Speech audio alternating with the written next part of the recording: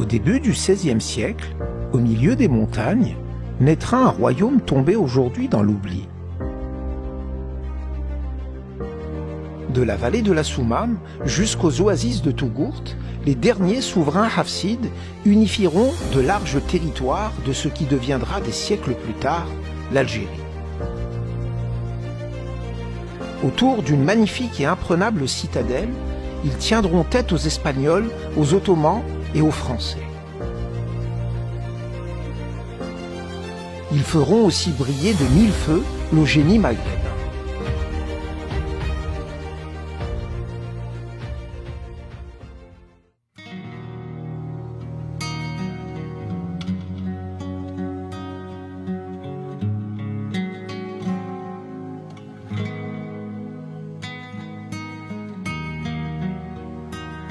Si l'on en croit le géographe français Yves Lacoste, la géographie, ça sert d'abord à faire la guerre. Plusieurs siècles avant lui, les derniers souverains hafsides l'apprendront à leurs dépens lorsqu'ils seront contraints d'abandonner Béjaïa aux Espagnols pour trouver refuge à plus de 1100 mètres d'altitude sur le majestueux plateau d'El Qala.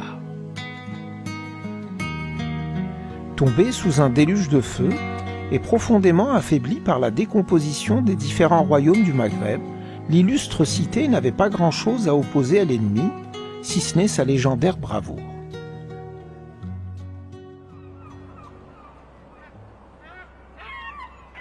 Dans un improbable retournement de l'histoire, l'Espagne a poussé sa reconquista jusqu'aux côtes algériennes.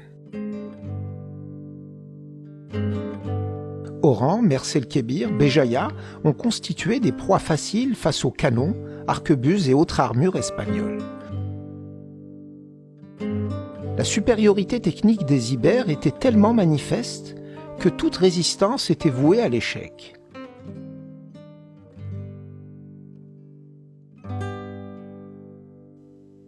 « 18 ans avant la prise de Béjaïa, au moment où la chute de Grenade marquait la fin de plus de 7 siècles de présence musulmane en terre ibérique, les souverains espagnols avaient sous le commandement du navigateur Christophe Colomb découvert l'Amérique et ouvert par la même occasion la porte du Nouveau Monde.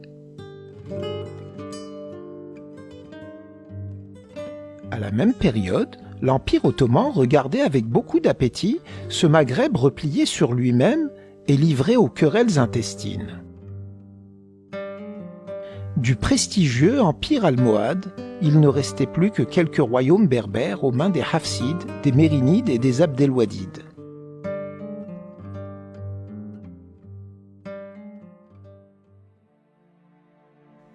C'est dans ce contexte géopolitique en ébullition que le 5 janvier 1510, le marin et ingénieur militaire espagnol Pedro de Navarro frappe aux portes de la ville de Béjaïa. Sa flotte, composée d'une quinzaine de navires, selon certaines sources, anéantira les défenses de la cité dirigée par le sultan hafside Abou el-Abbas Abdelaziz. L'assaut est si brutal que sur les 10 000 soldats que comptait Béjaïa, près de 4 500 y laisseront la vie. Face à ce déluge de feu et à la cruauté de l'ennemi, les habitants de la ville n'auront d'autre issue que de fuir le littoral pour trouver refuge à l'intérieur des terres.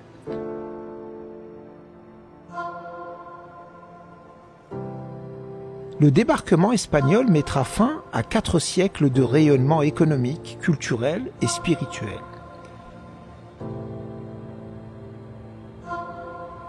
Cette magnifique cité, édifiée au XIe siècle par le sultan hammadite Nasser ibn al-Enas, pourrait symboliser à elle seule l'inexorable déclin d'un Maghreb autrefois si puissant.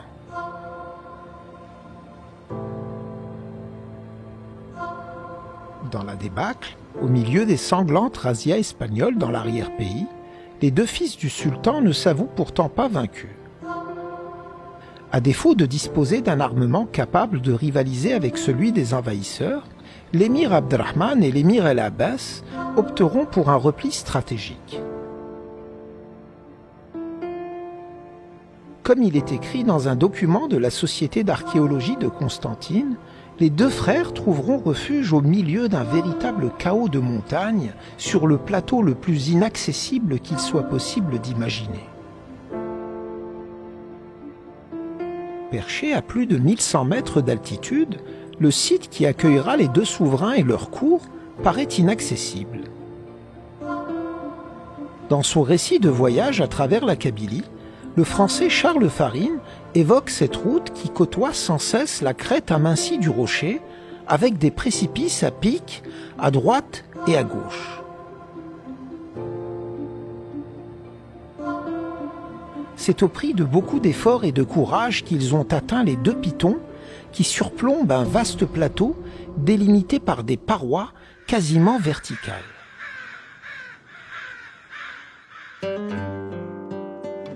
Mais ils n'étaient pas en territoire inconnu. L'une de leurs garnisons militaires contrôlait en effet cet endroit situé sur la fameuse route du roi qui connectait les hauts plateaux à la vallée de la Souma. Leurs ancêtres hamadites avaient emprunté cette route lorsque, pour fuir l'invasion hilalienne, ils avaient abandonné la Qal'a d'Ibn Hamad de Msila pour fonder une nouvelle cité à Béjaïa.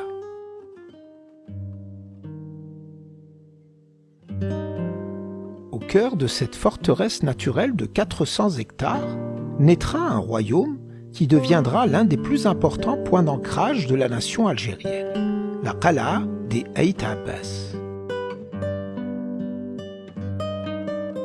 En abandonnant la douceur de vivre de Bigayeth pour les rigueurs de la montagne, les jeunes souverains ouvrent en effet la voie à des siècles de résistance.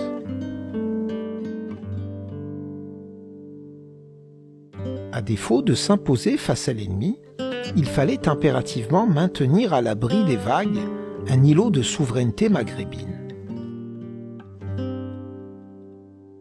Pris en étau entre les puissances ottomanes et espagnoles, l'émir al-Abbas, qui lèguera son nom à cette citadelle, fera preuve d'un sens tactique hors du commun. Grâce à un subtil jeu d'alliances et de trêves plus ou moins respectées, son imprenable citadelle réussira à traverser les siècles et contribuera grandement à dessiner les contours de ce qui deviendra bien plus tard l'Algérie.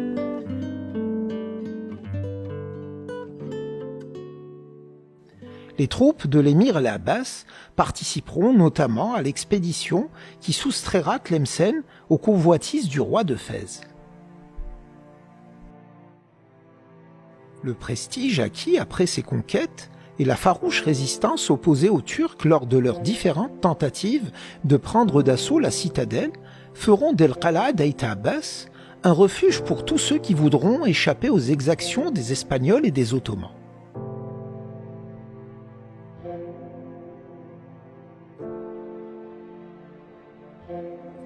À son apogée, le royaume d'Aït Abbas imposera son autorité sur un territoire qui va de la vallée de la Soumam jusqu'au Sahara.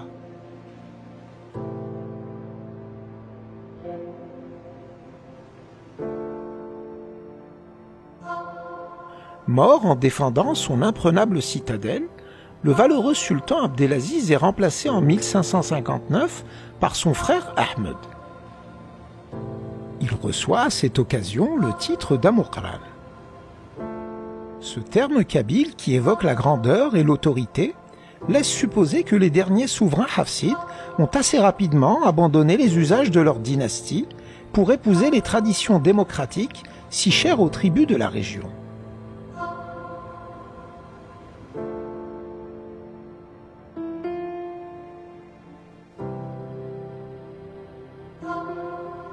Du temps de sa splendeur, le royaume comptait près de 80 000 sujets, parmi lesquels des réfugiés andalous, des renégats chrétiens, ainsi qu'une communauté juive.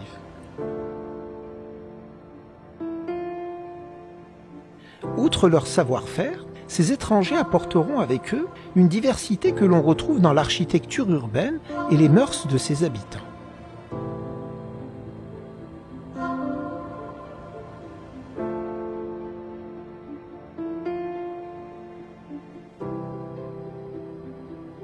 Mais c'est surtout en maîtrisant la fabrication d'armes à feu que la Qal'a d'Aït Abbas frappera les esprits. Lorsqu'ils investiront la citadelle en 1871, les Français seront effarés par la découverte de 4 canons, dont au moins un semble avoir une origine locale au regard des inscriptions en arabe qu'ils portent. En s'appuyant sur le savoir-faire de renégats chrétiens et juifs, El Qal'a se dotera d'un embryon d'industrie de l'armement. La féroce répression de 1871 mettra malheureusement un terme brutal à son développement.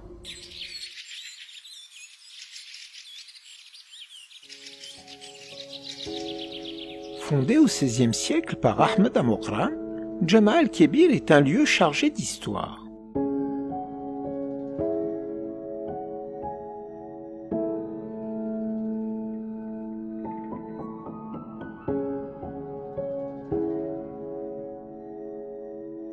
Le silence qui imprègne les murs invite au recueillement le plus sincère.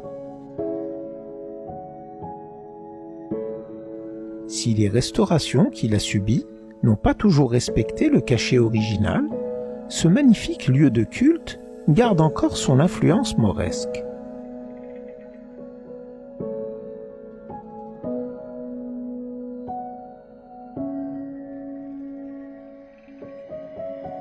C'est ici, dans le paisible jardin de cette grande mosquée, qu'est enterré l'un des plus illustres personnages de la révolution algérienne.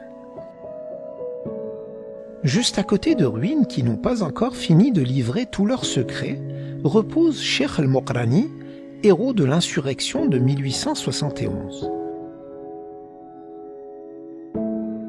Aux côtés de son frère Boumzrag et du célèbre Cheikh Haddad, le digne descendant des souverains Hafsides lèvera près d'un tiers de la population algérienne contre l'occupant français.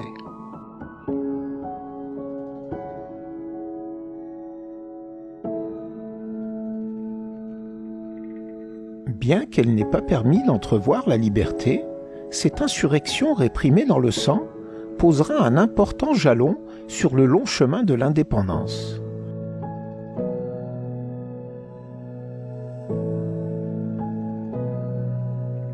L'atmosphère paisible de la mosquée laisse à présent place à un dédale de ruines qui étale au grand jour les horreurs du colonialisme.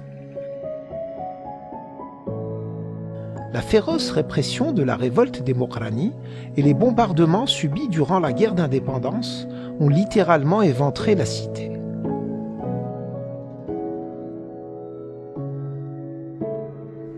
L'étendue du massacre trahit un rare acharnement.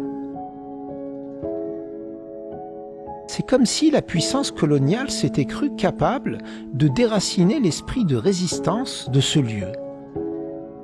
Un lieu dont l'illustre colonel Amirouche avait voulu faire le majestueux théâtre du congrès de la Soumam.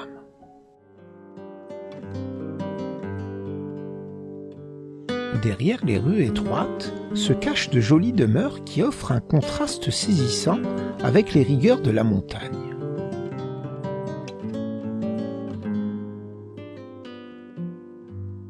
Autour d'une cour intérieure qui constitue probablement une lointaine évocation des patios andalous, l'austérité du monde rural a du mal à faire oublier d'indéniables racines citadines.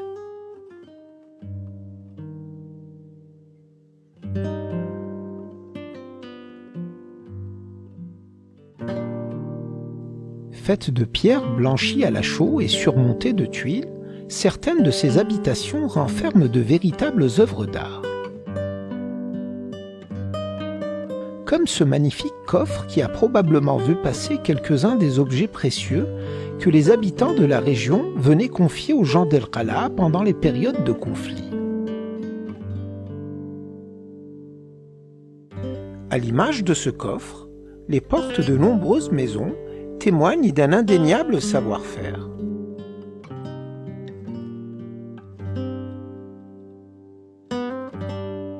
Les motifs d'inspiration berbère, islamique et judaïque qu'elles arborent s'entremêlent et donnent l'impression de délivrer un message de paix.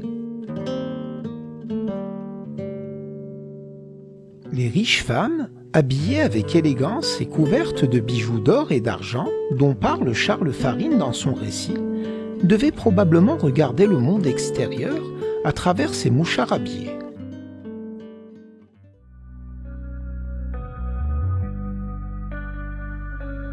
Au détour d'une ruelle, le mausolée qui abrite la dépouille du sultan Ahmed Amokran invite au recueillement.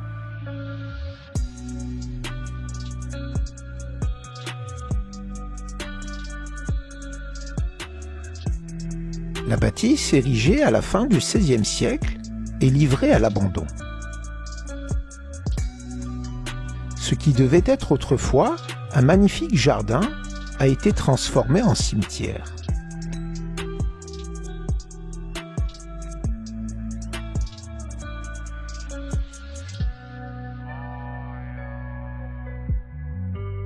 Plongés dans l'obscurité et l'oubli, ces magnifiques arcades de style andalou ne trouvent plus personne à émouvoir.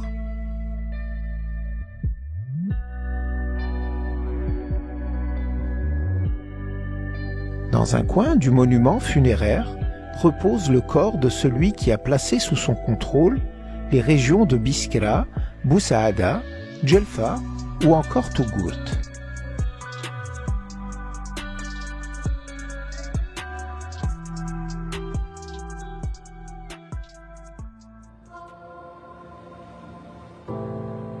En plus des précipices qui l'entourent de toutes parts, El Qala était autrefois protégé par une épaisse muraille.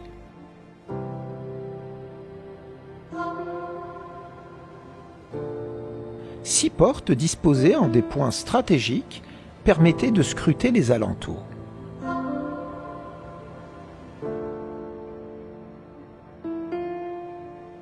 Chacune de ces ouvertures était gardée par des soldats qui pouvaient compter sur la puissance de leurs canons pour repousser les assauts de l'ennemi.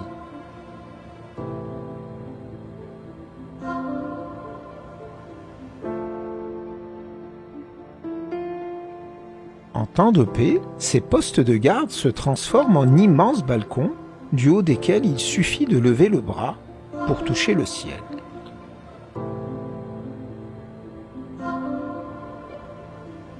Le spectacle est époustouflant.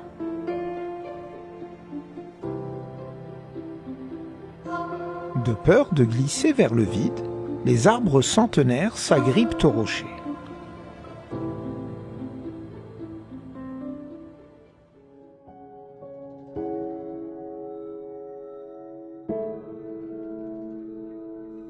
Imprenable forteresse, El Qala était aussi un important carrefour intellectuel.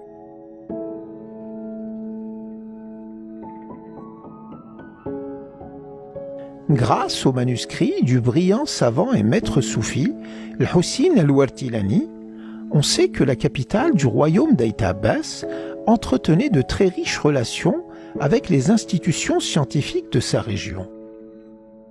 La célèbre Zawiya de Yahya al-Aidli de Tamokhra était l'une de celles-ci.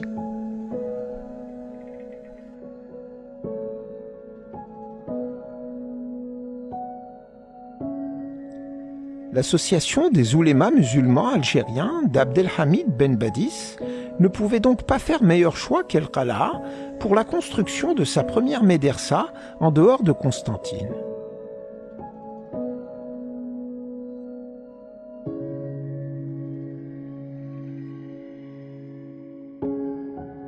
Contrairement à ce que l'on pourrait penser, l'enseignement prodigué aux jeunes garçons et filles ne se limitait pas aux seuls textes religieux. Outre les sciences, les enfants étaient également initiés au théâtre et au chant patriotique. Abandonnée par les rires et les jeux de ses élèves, la cour de l'école essaye de tromper sa solitude en se remémorant le glorieux passé de la région.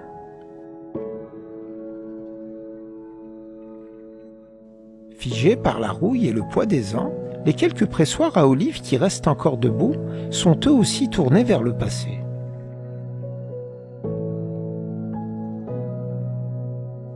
Cette roue de pierre et l'histoire tumultueuse de cette inexpugnable citadelle auraient pu inspirer à Mouloud Maamri ces quelques mots qu'il a laissés à la postérité. On peut arrêter la noria à peu près à n'importe quel godet, le bal à n'importe quelle figure de la danse. Le nombre de jours qu'il me reste à vivre, Dieu seul le sait. Mais quel que soit le point de la course où le terme m'atteindra, je partirai avec la certitude chevillée que quels que soient les obstacles que l'histoire lui apportera, c'est dans le sens de sa libération que mon peuple ira.